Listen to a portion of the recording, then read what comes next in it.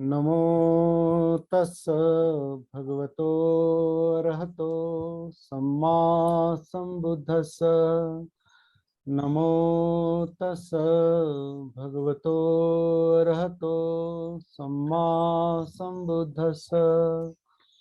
नमो तस् भगवतो अरहतो सम्मा संबुद्धस्स। बुद्धं धम्मं संघं नमस्सामि। सबको जय भीम, नमो बुद्धाय।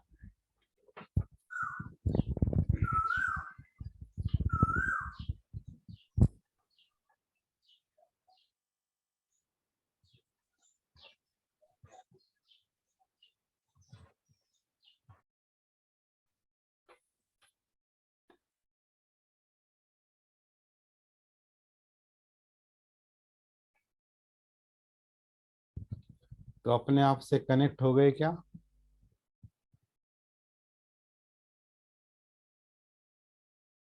अपने आप से कनेक्ट हो गए क्या? ये शरीर, ये काया नैसर्गिक रूप से सांस अंदर लेती है। पेट में, नाभि के पीछे, ऊपर डायफ्राम है जिसे हम श्वास पटल कहते हैं। छाती है, पीठ है। ये जो धड़ का हिस्सा है वो नैसर्गिक रूप से ऑन करता है, सांस अंदर लेता है और सांस बाहर छोड़ता है। और नैसर्गिक रूप से ये सब क्रिया चल रही है। नैसर्गिक रूप से चल रही है मतलब हमें कोई सांस लेने की और छोड़ने की, जानबूझकर लेने की और छोड़ने की आवश्यकता नहीं है। हम केवल बैठे रहें, कुछ नहीं किया, फिर भी शरीर सांस अंदर लेता है, शरीर सांस बाहर छोड़ता है, अपने आप लेता है, अपने आप छोड़ता है। जिस वक्त हम गर्भ से बाहर आए, माँ के उदर से बाहर आए, तब से ये क्रिया नैसर्गिक रूप से चल रही है। अब भी चल रही है और मरते दम तक चलेगी, चलती रहेगी। तो ये जो नैसर्गिक आनापान है, जो शरीर करता है, काया करती है, काया आनापान करती है नैसर्गिक रूप से, इसे हम अनात्म आनापान कहते हैं। तो अनात्म का मतलब हम नहीं करते, क्योंकि इसमें कोई मैं मेरा आत्मा का काम नहीं है। मैं करता हूं इसलिए आनापान हो रहा है, ऐसा नहीं है। और हमारा जीवन वैसे नेचुरली चल रहा है, परिस्थिति के मुताबिक, मनस्थिति के मुताबिक, परिवेश के मुताबिक, माहौल के मुताबिक। जिन माँ बाप के पेट से हमने जन्म लिया है, जहाँ हम पले हैं, बड़े हैं, शिक्षा ली है, जिस समाज में हम रहे हैं, रह रहे हैं, रहते थे बचपन से लेकर अब तक,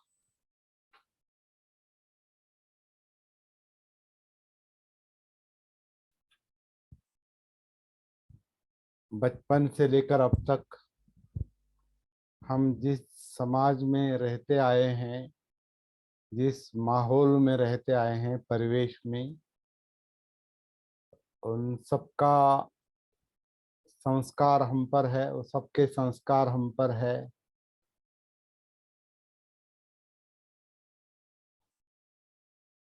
भाषा का संस्कार हो, प्रांत का संस्कार हो, जाति का संस्कार हो, शिक्षा का संस्कार हो, समाज का संस्कार हो, सामाजिक संस्कार हो,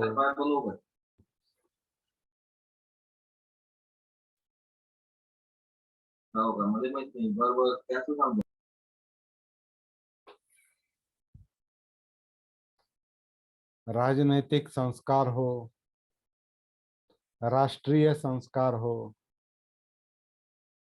अंतर्राष्ट्रीय संस्कार हो, टेक्निकल संस्कार हो। अभी जो टेक्नोलॉजी है, टेक्नोलॉजी का भी बहुत बड़ा असर है हम पर, तभी हम ये जूम मीटिंग चला रहे हैं, है ना। ये टेक्नोलॉजी है, तंत्र ज्ञान है। हमारी आवाज़ आसानी से आप तक पहुंच रही है, आपकी आवाज़ यहाँ आ रही है, आप कैमरे के माध्यम से हमें देख रहे हैं, आपको हम यहाँ देख रहे हैं। ये टेक्नोलॉजी है, तो इसका भी हम पर असर होता है।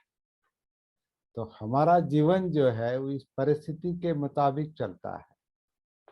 जो हम खाते हैं, पीते हैं, रहते हैं, हवा है, पानी है, बारिश है, धूप है, ठंडक है,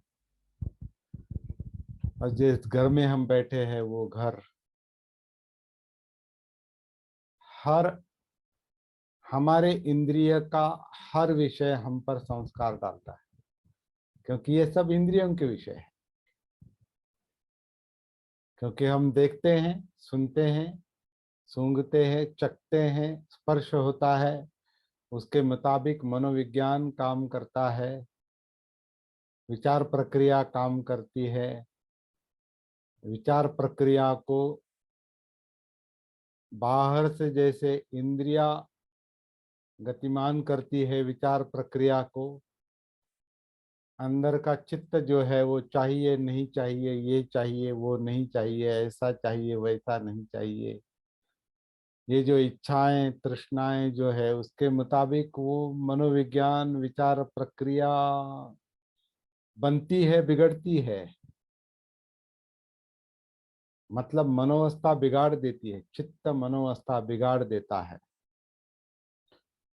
इसलिए मुख्य काम जो है वो चित्त के बारे में ही है, चित्त से संबंधित है, और वो चित्त इस काया में है, इस शरीर से संबंधित है, और वो वेदनाओं के कारण महसूस होता है। फीलिंग्स, मराठी में जानिवा कहते हैं उसे, हिंदी में महसूस करना, ऐस महसूस करना, महसूस हो रहा है, ये वेदना है।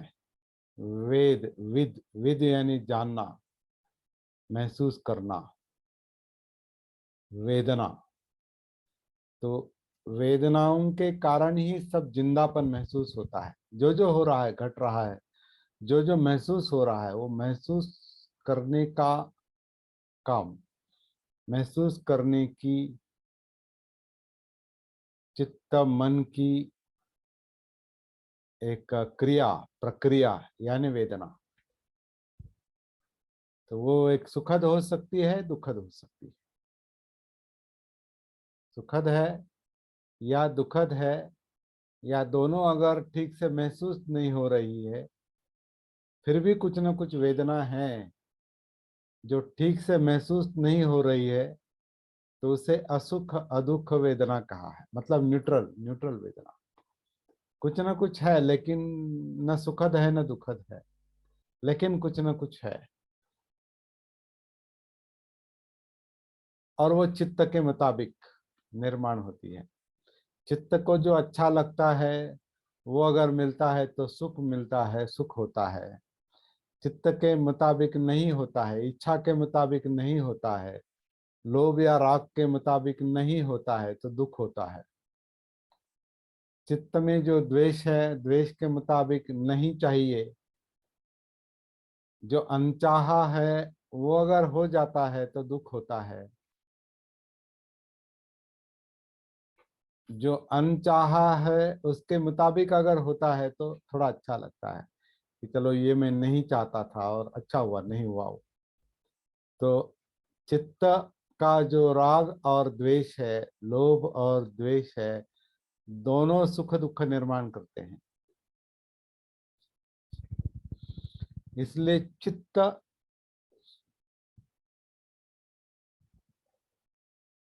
काड़ी की तरह सुलगाता है, इसलिए चित्त अग्नि है। और इसमें लोभाग्नि यानी रागाग्नि और द्वेषाग्नि है। हालांकि वो हम दोनों हम हमारा चित्त दोनों को ठीक से जानता नहीं। वो मोहावस्था है, वो अविद्या है, मोह है, अविद्या है। उसे भी अग्नि कहा है क्योंकि ये जो दो अग्नि है, राग और द्वेष, ये दोनों अग्नि अविद्या के अग्नि से ही प्रज्वलित होते हैं।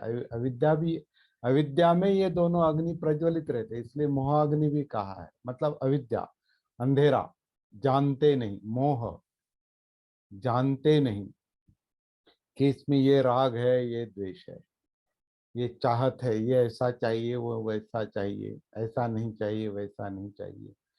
ये जो चाहतों की भागदौड़ है, संघर्ष है चित्त का, उसी के मुताबिक विचार प्रक्रिया चलती है, या बनती बिगड़ती है,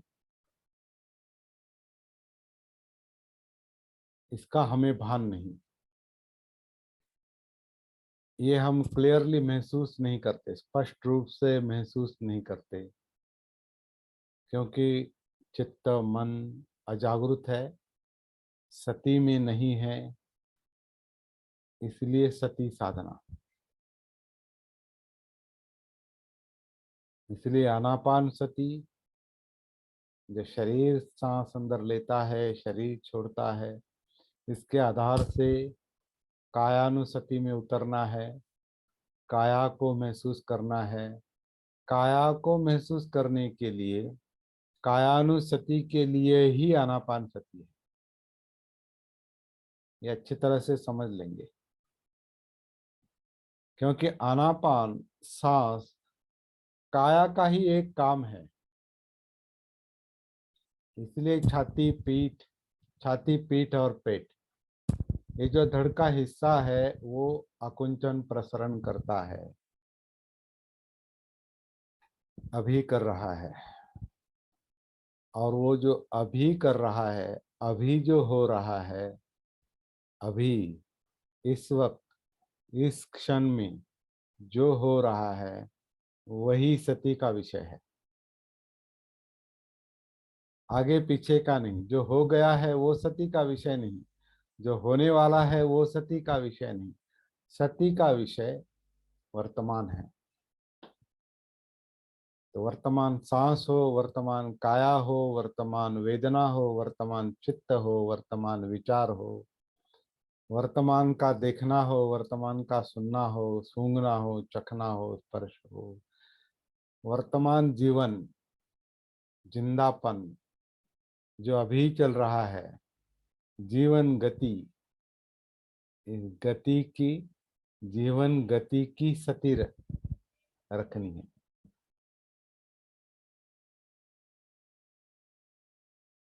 गति की सती, तो गति मतलब जीवन गति, और जीवन गति मतलब ये सब जो चल रहा है, सांस है, काया है, वेदना है, चित्त है, मनोधम्म है। तो सांस और ये चार घटक, मतलब सांस सांस काया का ही हिस्सा है। सांस को केवल प्रैक्टिस के लिए अलग किया है, सती साधना के लिए बुद्ध ने उसे अलग बताया है, लेकिन वो काया का ही हिस्सा है। बाद में जब आप स्वयं काया में उतरते हैं, जुड़ जाते हैं, कनेक्ट हो जाते हैं, तो फिर सांस की कोई आवश्यकता नहीं, आनापान की कोई आवश्यकता नहीं।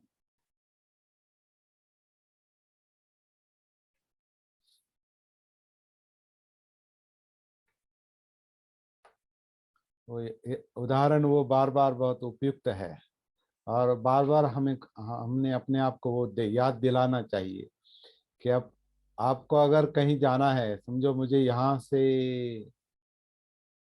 दिल्ली जाना है और मैं घर से निकलता हूँ, तो घर से बाहर जाता हूँ और सड़क पर जाकर समझो मैं रिक्शा पकड़ता हूँ, ऑटो रिक्शा। वो ऑटो रिक्शा मुझे अहमदनगर स्टेशन पर छोड़ देती है। वहां जाने के बाद मुझे रिक्शा छोड़ देनी पड़ती है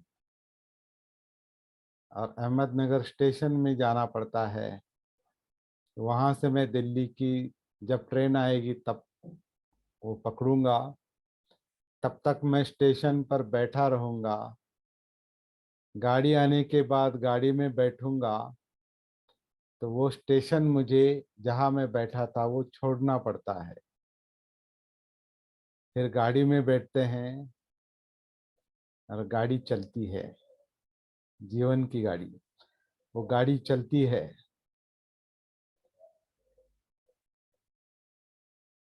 और जो जो स्टेशन आएगा वो स्टेशन वो छोड़ के आगे जाती है।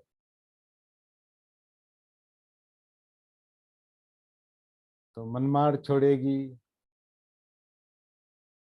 फिर भुसावल है, फिर झांसी है, फिर आगरा है, फिर दिल्ली है। तो हर स्टेशन छोड़ छोड़ के वो दिल्ली पहुंचाएगी, और वहां जाकर भी मुझे वो गाड़ी छोड़ देनी पड़ेगी। और दिल्ली में जो कुछ काम है, राजेश कुमार जी के यहाँ जाना है, तो मैं वहां जाऊंगा। वहां जाने के लिए मुझे अगर रिक्शा पकड़नी पड़ती है या बस पकड़नी पड़ती है, तो उस बस में मैं बैठूंगा, उनके घर तक जाऊंगा, नज़दीक तक। वो बस मुझे छोड़ देनी पड़ती है और मैं दिल्ली में जहाँ राजेश कुमार जी का घर है वहाँ मैं पहुंचूंगा। तो छोड़ छोड़ के ही पहुंचना पड़ता है। इसे प्रस्थान कहा है। सती पठान, सती प्रस्थान यानी सती आनापान से काया में, वेदना में, चित्त में, मनोधम्म में। अब इसके कई उपांग है। काया कोई एक बात नहीं है। काया में सांस भी है, काया में हार्ट का भी काम चल रहा है, काया में वो सर्कुलेशन का काम चल रहा है, रक्ताभिसरण का काम चल रहा है, और बहुत कुछ काम चल रहे हैं। उनके नाम हमें कंठस्थ रहने की मतलब याद रखने की आवश्यकता नहीं, क्योंकि वो महसूस करने का काम है, वो नाम का काम नहीं। वेदनाओं का काम है, मतलब जो कुछ भी है अंदर काया के अंदर, जिंदा काया में जो कुछ भी महसूस होता है, फील होता है वेदनाओं के कारण, वो हमारा विषय है। ये हमारा अभ्यास जो है वो वेदनाओं का ही अभ्यास है। इसे मैं वेदनाओं का प्रवास कहता हूँ। मराठी में जाणीवांचा प्रवास, वेदनाओं का प्रवास है, क्योंकि ये सब फील है। अनापान, अनापान में भी वेदना है, क्योंकि अनापान भी फील होता है, सांस भी फील होता है।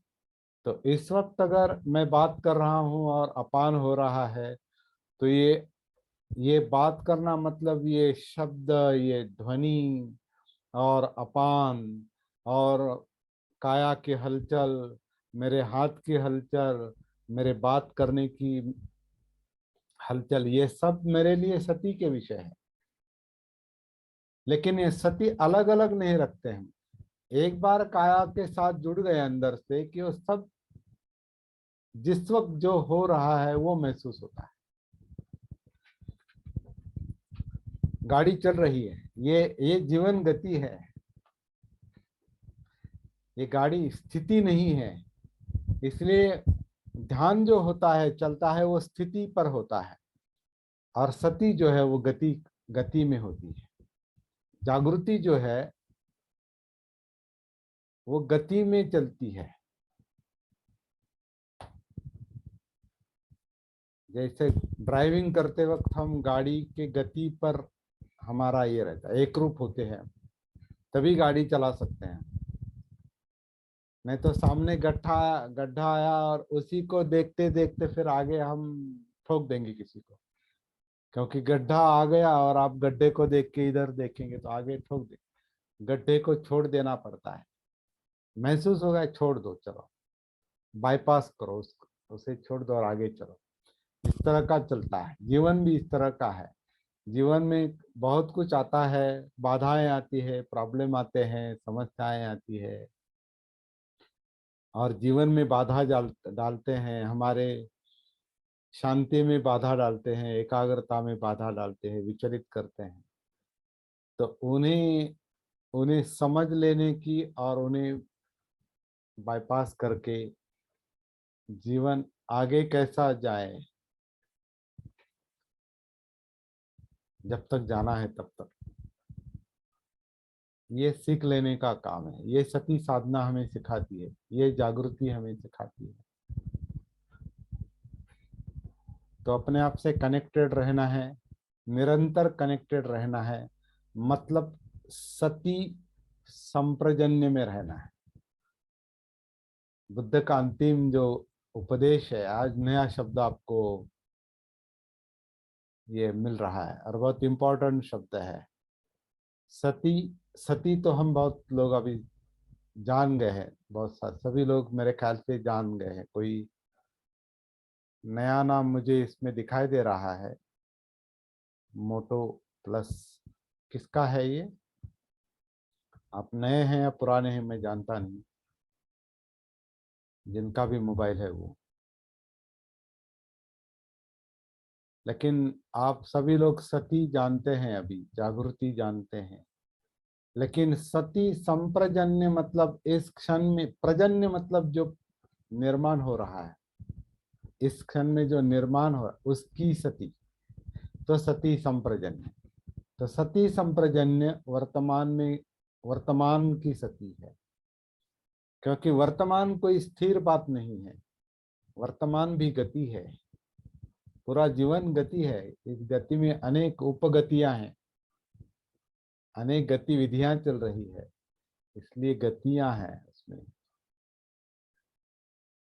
तो जीवन गति है, हर वक्त कुछ ना कुछ संप्रजन्य हो रहा है, उसकी सती, सती संप्रजन्य।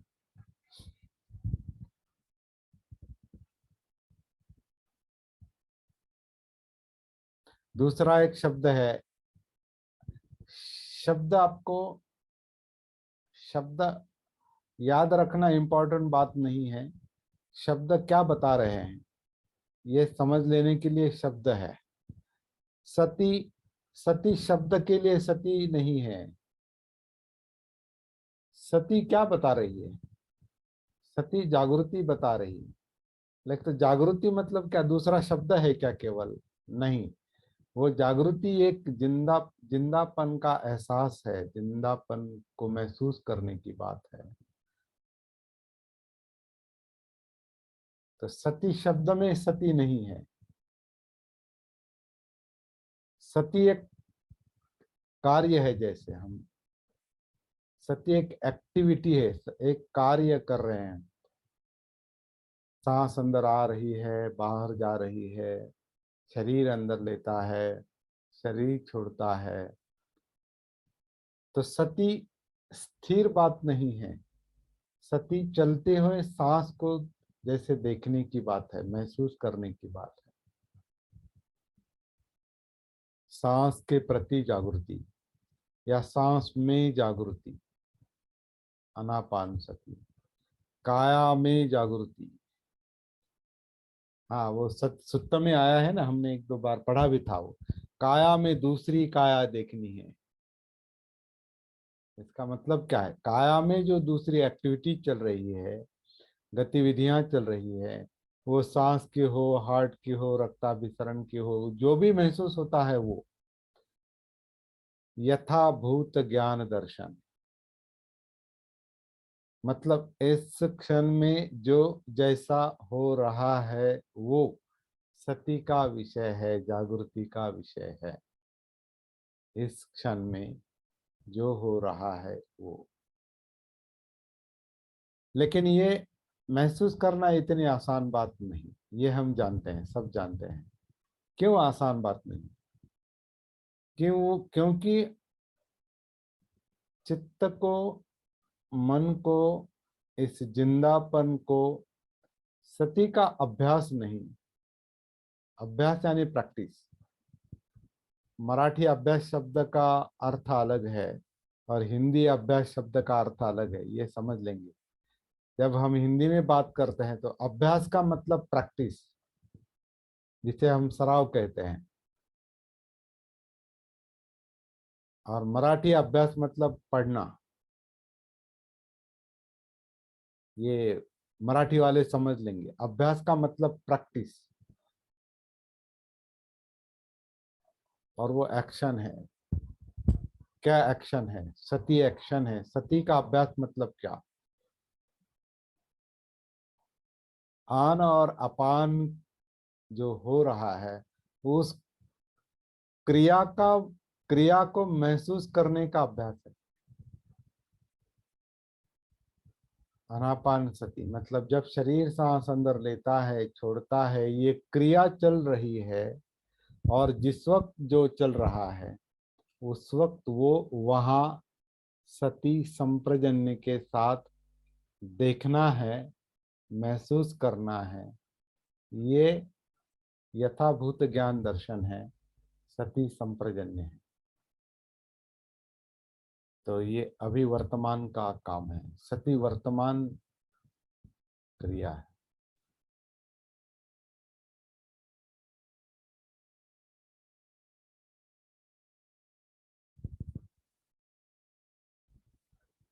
ये सारा सुनते समय और मेरे लिए बोलते समय,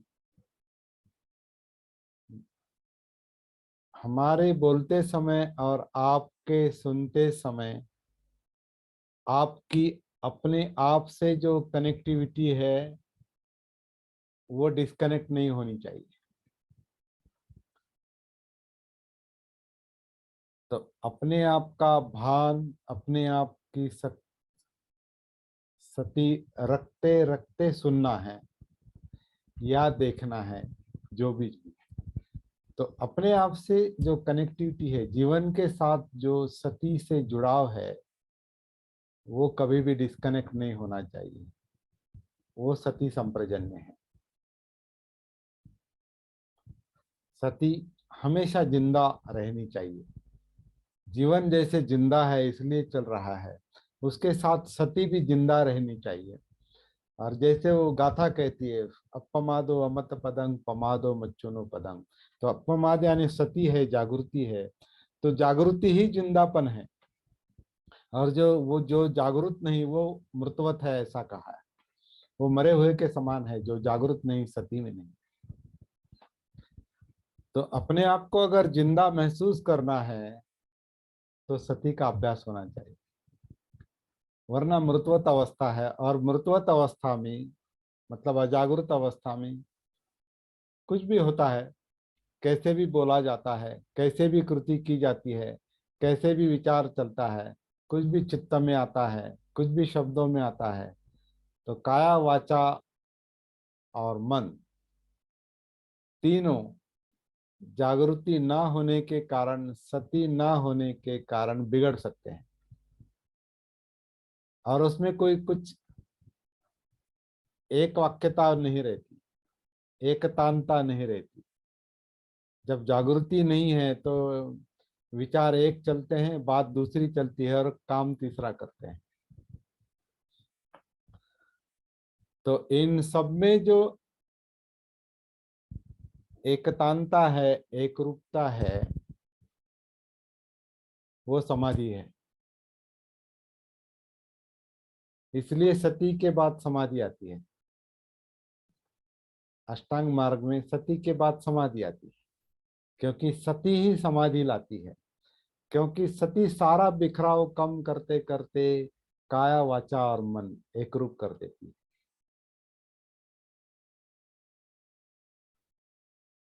इसमें 7 चरण है, वो जो सप्त बुद्धांग बताते हैं हमको।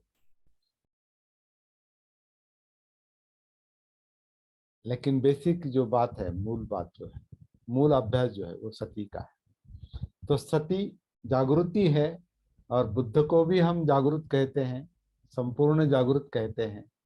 तो सती ही बुद्ध है। तो सती बुद्ध है। अगर सती बुद्ध है तो फिर बुद्धं शरणं गच्छामि कहाँ है? यहीं पर है। जागृति को शरण जाना है। अत्तदीप भव, जागृति को शरण जाना है, सती को शरण जाना है, मतलब बुद्ध को शरण जाना है। क्योंकि बुद्ध कहीं दिखाई नहीं दे रहे। बुद्ध कहाँ है? ये अतः बुद्ध का प्रतीक रखा है। ये प्रतीक है। बाबा साहब को फोटो रखा है, ये बाबा साहब थोड़े, उनका प्रतीक है। ये बुद्ध का प्रतीक है। तो बुद्ध कहाँ है? तो बुद्ध यानी सती संप्रजन्य है, बुद्ध यानी जागृति है, और वो इस समय मौजूद है। अगर हमारा उसके साथ कनेक्शन है तो वो मौजूद है।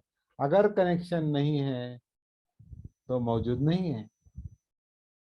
इसलिए बुद्धं शरणं, जागृति के सती के शरण में आना। क्योंकि सती ही आपको धम्म दिखाती है। धम्म मतलब मनोधम्म है, चित्त धम्म है, वेदना धम्म है, काया धम्म है। अंदर जो जो कुछ महसूस हो रहा है वो सब धम्म है। क्योंकि धम्म यानी सत्य है। सत्य यानी इस क्षण में जो महसूस हो रहा है वो सत्य है। इस क्षण में, वर्तमान में। तो फिर धम्म अगर यहीं पर है तो धम्मं शरणं गच्छामि कहाँ है? यहीं पर है। जो सती को महसूस होता है वो धम्म है। और हम सब संघ है। क्योंकि हम अगर इस मार्ग पर है तो संघ है, वरना नहीं है।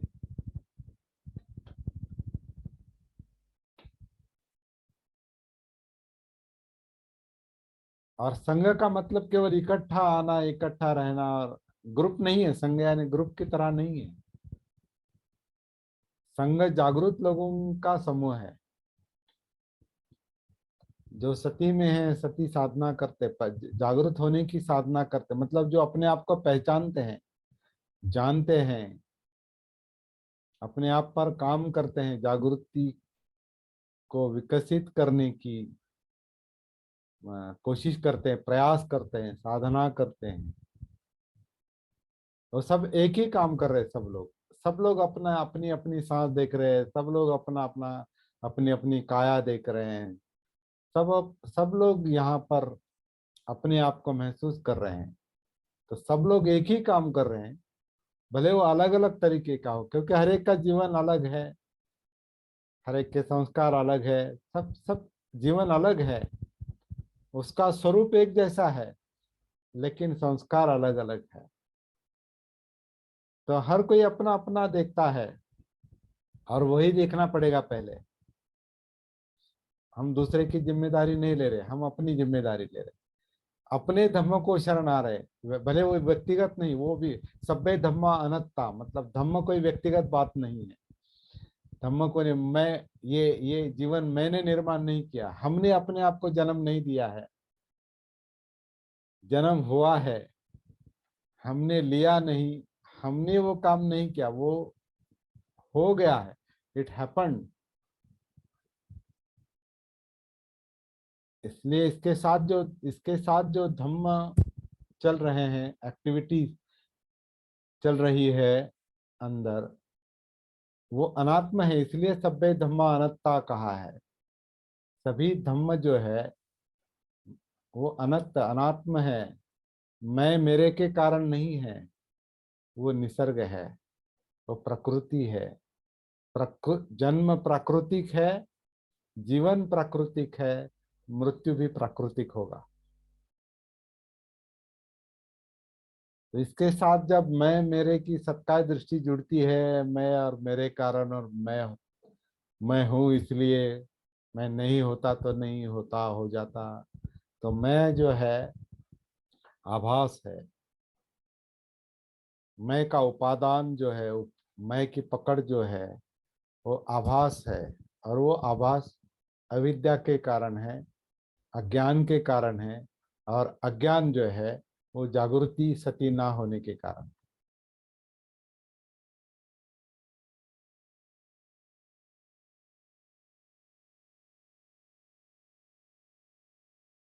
इसलिए सती साधना।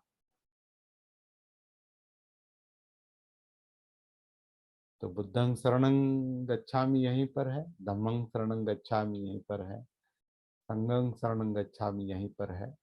इसी से जीवन समझ में आएगा, समस्या समझ में आएगी, समस्या का कारण समझ में आएगा, निवारण भी होगा, मार्ग भी महसूस होगा। दुख, दुख समुदय, दुख निरोध यानी निब्बाण, और मार्ग सब यहीं पर है, सती में है, जागृति में है। क्योंकि बुद्ध यहीं पर है, धम्म यहीं पर है, संघ अगर इस मार्ग पर है तो वो संघ भी यहीं पर है।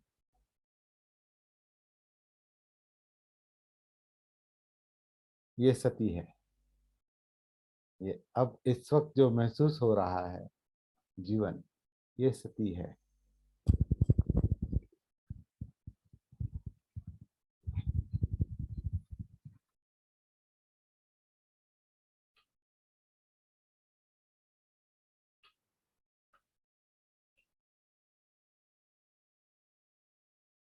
तो एक बार सती में आ गए, सती संप्रजन्य में आ गए, फिर बाकी कोई काम बाकी नहीं रहता। और सती अपने आप बाकी काम करती, जागृति वो काम करेगी, मुक्ति का काम करेगी, दुख मुक्ति का काम करेगी। क्योंकि मन चित्त स्वयं मुक्त होना चाहता है। वो अगर जागृत हो जाता है, सती में आता है, तो बाकी कोई काम बचता नहीं। वो भी अनात्म है।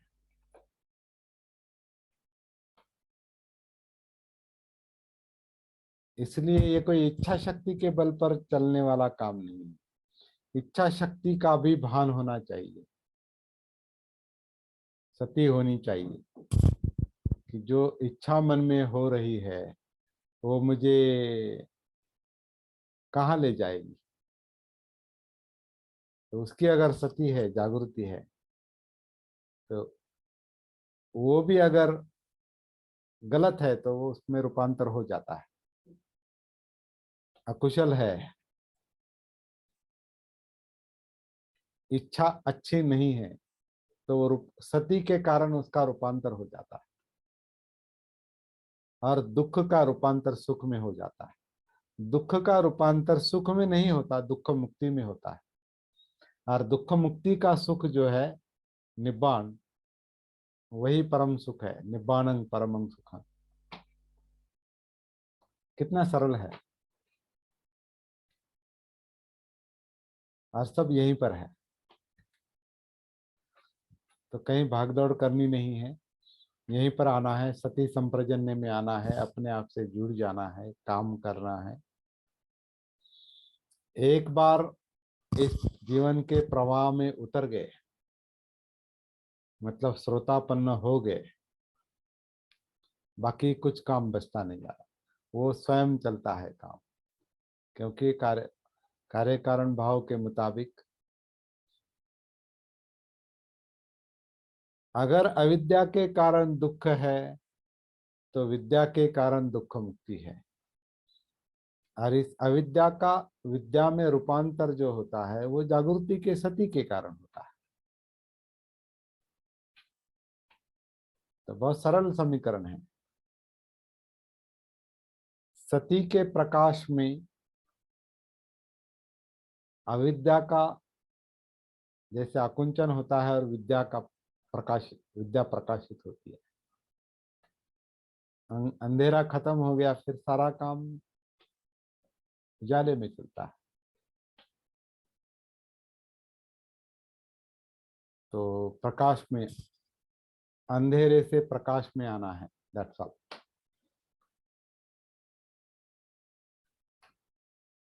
तो ये आज का हमारा टाइटल रहेगा। जो वीडियो आप देखेंगे, अंधेरे को प्रकाश में, अंधेरे से प्रकाश में आना है। That's all। और वो प्रकाश, अंधेरा भी अंदर है और वहीं पर प्रकाश है, और वो सती के कारण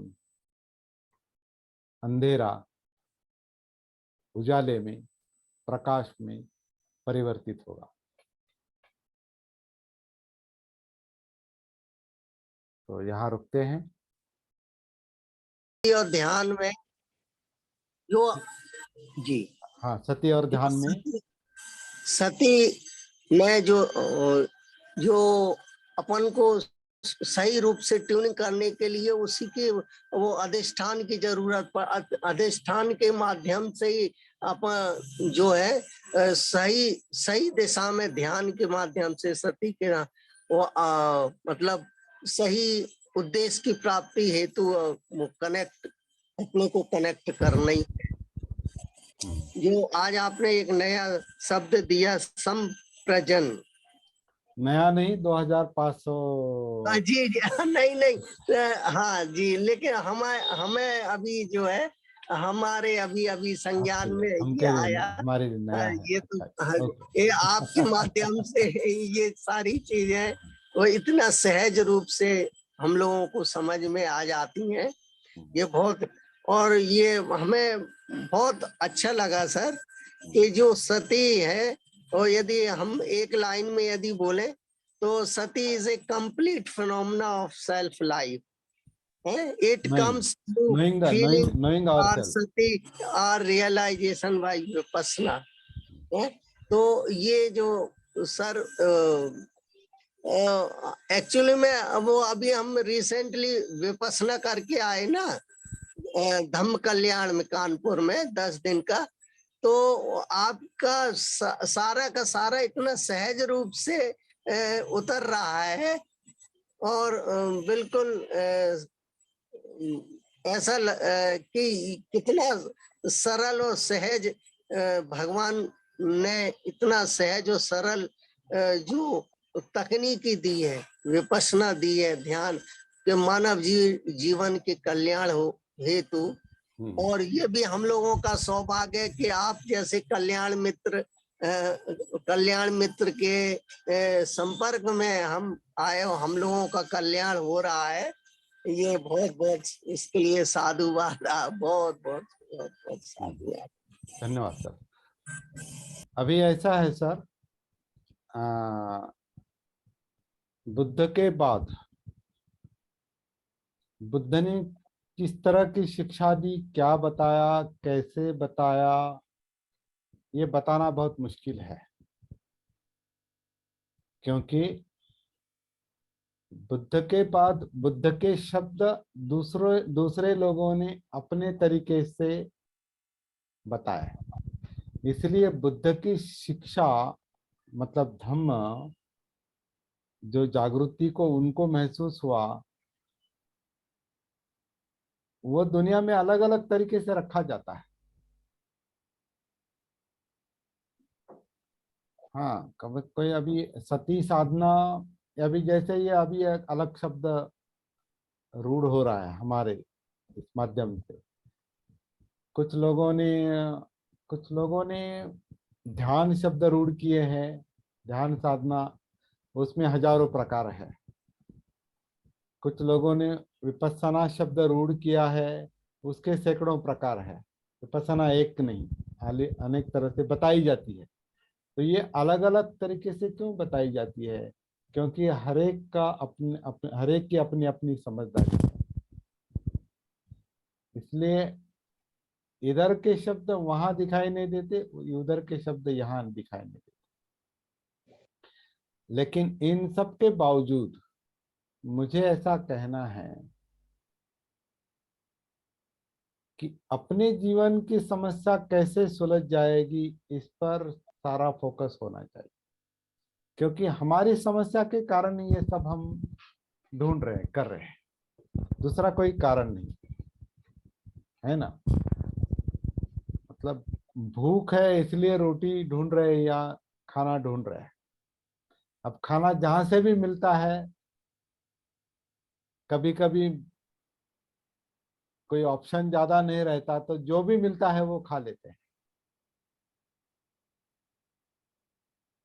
कभी कभी चयन मतलब आप चॉइस नहीं, आपको चॉइस नहीं रहती कि ये खाऊं या वो खाऊं, चलो जो मिलता है वो, क्योंकि अभी भूख है और कुछ दिखाई नहीं दे रहा है, चलो वड़ा पाव खाएंगे या कोई वड़ा सांभर खाएंगे या कोई अ, डोसा खाएंगे या समोसा खाएंगे।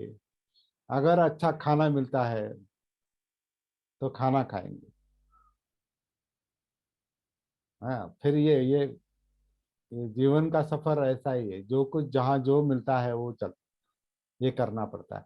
तो अभी हम इस दौर से गुजर रहे हैं, अभी वर्तमान में हम इस दौर से गुजर रहे हैं कि यहाँ अलग अलग लोग अलग अलग तरीके से शिक्षाएं दे रहे हैं। तो हमको वो, और अभी टेक्नोलॉजी के कारण हम देख रहे हैं कि कई सारे सिखाने वाले हैं, बताने वाले हैं। नेट पर जाएंगे तो सैकड़ों तरीके की विपස්සनाएं हैं, ध्यान है, बताते हैं, विमुक्ति बताते हैं। कुछ लोग कहते हैं कि नहीं, आपको अगर दुख मुक्ति प्राप्त करनी है तो भिक्षु ही बनना पड़ेगा। कुछ लोगों भिक्षु के ही समझ में आएगा और इसलिए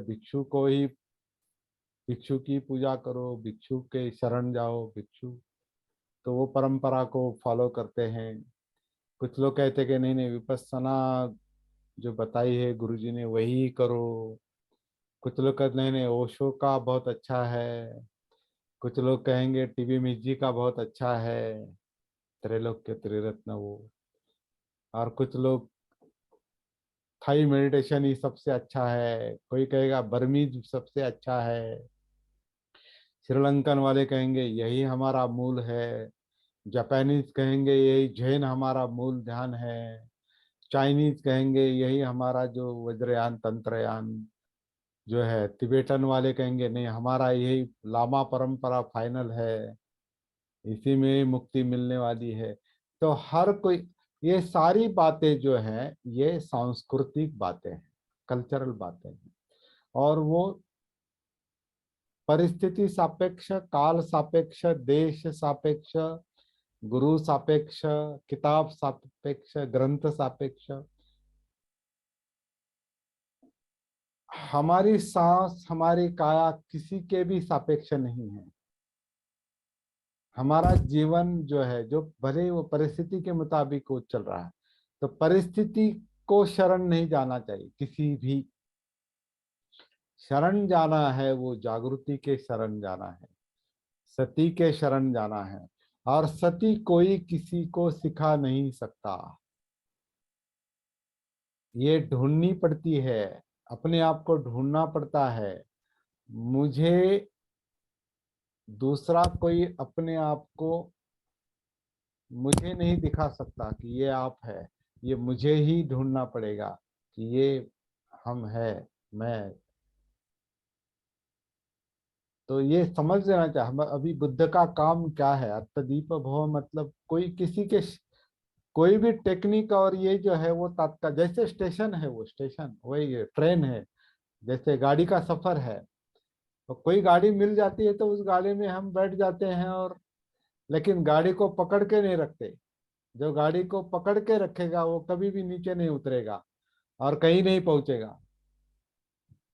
वो आपकी गाड़ी आखिर में कहाँ जाती है, शेड में।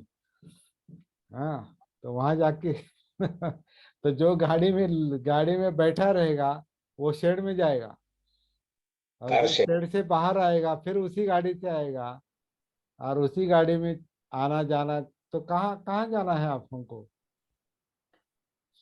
गाड़ी में बैठना ही हमारा मकसद नहीं है, कहीं तो जाना है। अगर जाने का भान नहीं, जाने का ज्ञान नहीं, ज्ञानी जाने की सती नहीं, कहाँ जाना है, तो जीवन को कोई उद्देश्य ही नहीं है, कोई मकसद ही नहीं है।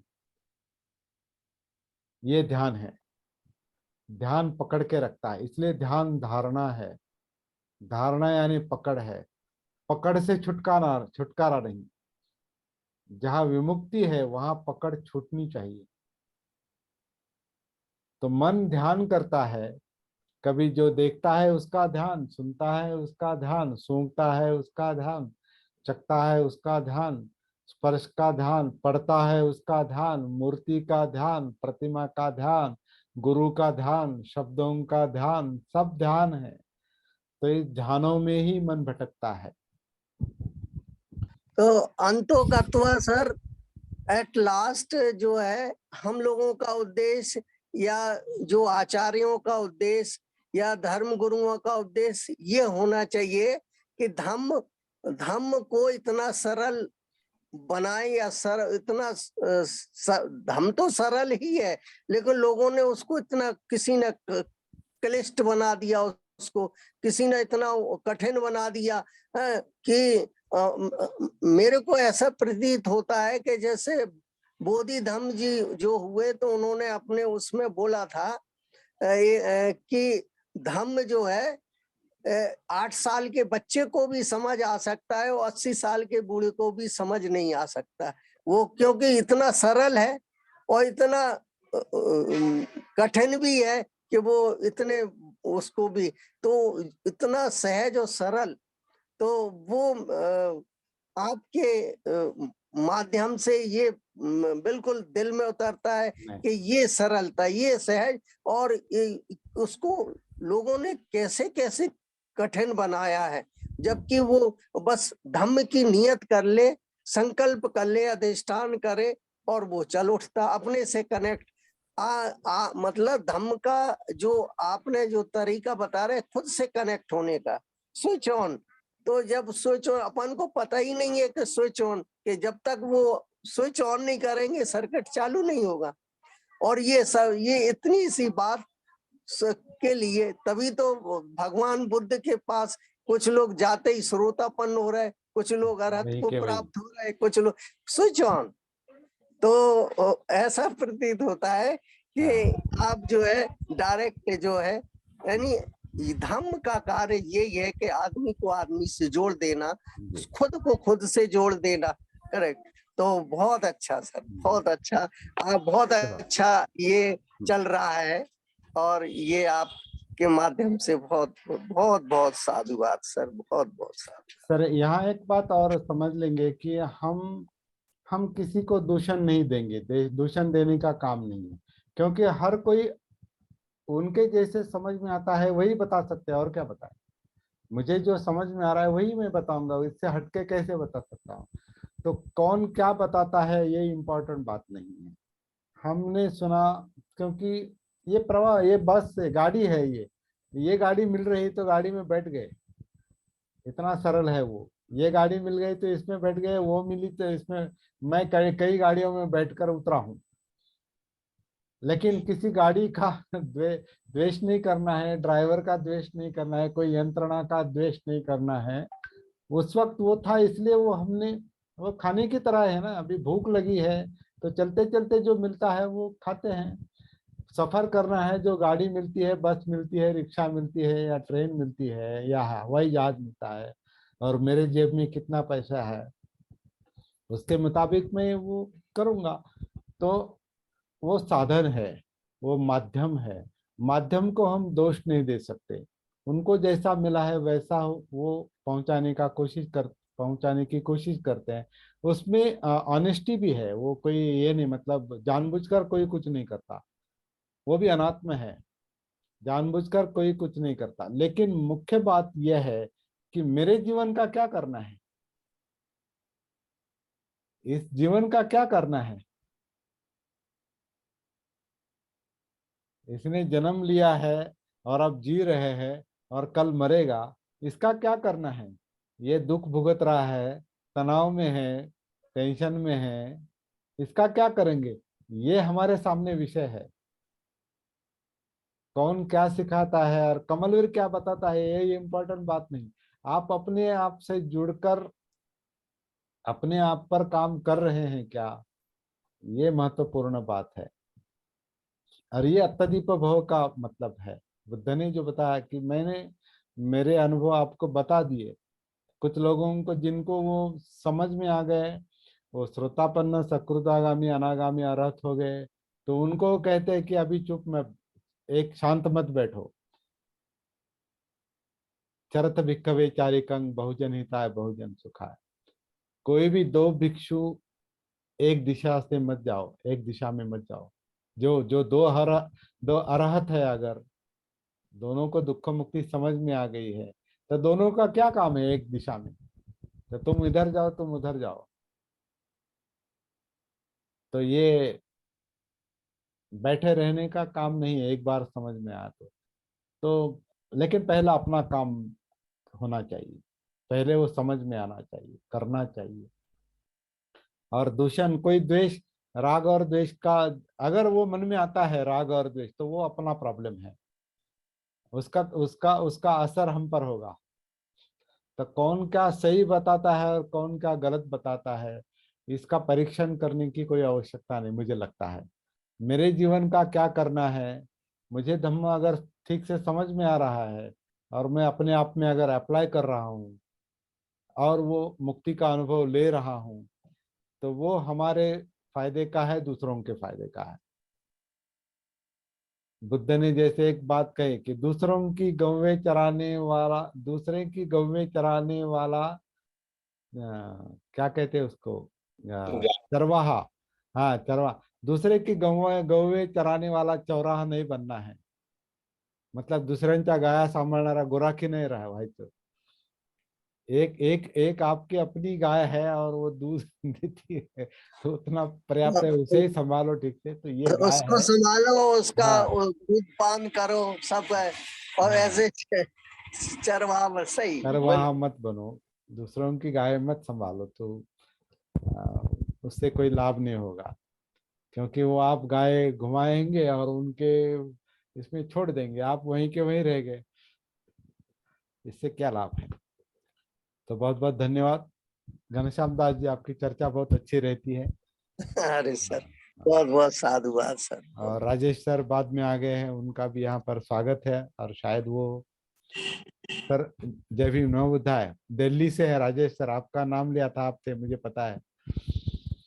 हाँ, तो इनके घर में अक्सर आया जाया करता हूँ। घनश्याम दास जी आपके लिए, बाकी लोग जानते हैं। हाँ हाँ। बहुत अच्छा रहा आज का विषय जो है, बहुत गहराई में था, इसलिए शब्द नहीं है। फिर समय मिलेगा तो मैं आपसे डिस्कस करूंगा। जी, और 2-3 दिन नहीं आ पाया तो उसकी बहुत ज़्यादा व्यस्तता रही मेरी। आपकी तो कमी महसूस हुई। नहीं, व्यस्तता ऐसी रही कि मैं आ ही नहीं पाया, चाह करके भी नहीं आ पाया। अच्छा अच्छा। तो बाकी आज का बहुत अच्छा रहा, बहुत गहराई में था। और मेरे कई सवालों के उत्तर मुझे आज मिले जो मैं ढूंढ रहा था, उसके लिए साधु।